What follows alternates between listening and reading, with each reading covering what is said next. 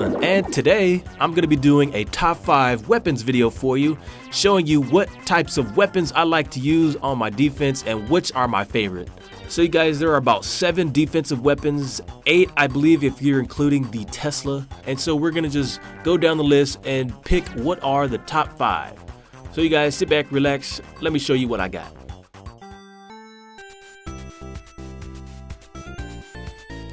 Coming in at number 5, it's the Archer Tower.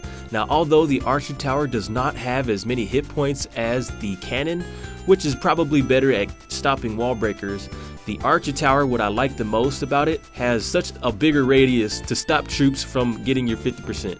In fact, by putting Archer Towers near the edges of your walls, you'll be able to stop attackers cold from getting that 50% wins. And also, Archer Towers are really good at doing damage against golems and heroes. They also shoot air and ground units, which makes them one of my top favorite picks on the list.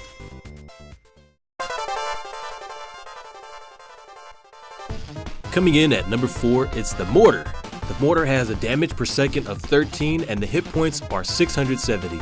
It does splash damage and has a range of 11 tiles, stopping those wizards and archers cold. Now you may not remember this, but mortars were a really big part for players in the higher cup range at stopping attackers from luring out their clan castle and heroes. Although it wasn't the strongest weapon, it was really good at foiling some of the attacks when used to put them near the edges of your base. Although now you can't lure out heroes, they are still a really strong weapon if you're at Town Hall 8 and lower, and is the only weapon I can see that has such a shiny look to it.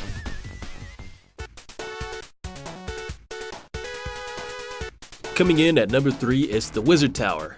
It has 48 damage per second and has hit points of 880. Now I must say the Wizard Tower by far is my favorite weapon. At Town Hall 8, it is the strongest weapon that you can have, as it takes out waves and waves of enemies that are trying to get to your Town Hall. Upgrading it to as high as level 7 can even start one-shotting some of the enemies, and are really good against troops that flood your base like witches.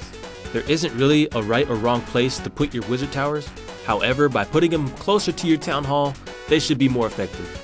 Supercell did mention they initially wanted to put 3 wizards on top of 1 tower, however, they changed that and now only 1 remains.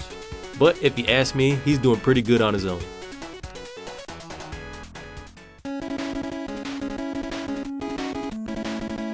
Coming in at number 2, it's the X-Bow. The X-Bow is unlocked at Town Hall 9 and as a max level it costs 80,000 elixir to fill it up. It does 80 damage per second and has 2800 hit points, making it the hardest weapon to take down on defense. Now the X-Bow is by far one of the most unique weapons and acts something like a turret. In fact, it's so cool, the Archer Queen decided to carry one as well. Although it is weak against troops like golems and dragons, it's pretty good at taking out troops like barbs and archers. It also has a secondary feature so that you can aim it up so it can take out air troops such as minions and balloons. So if you ever decide to push, make sure you have some of these to help you out.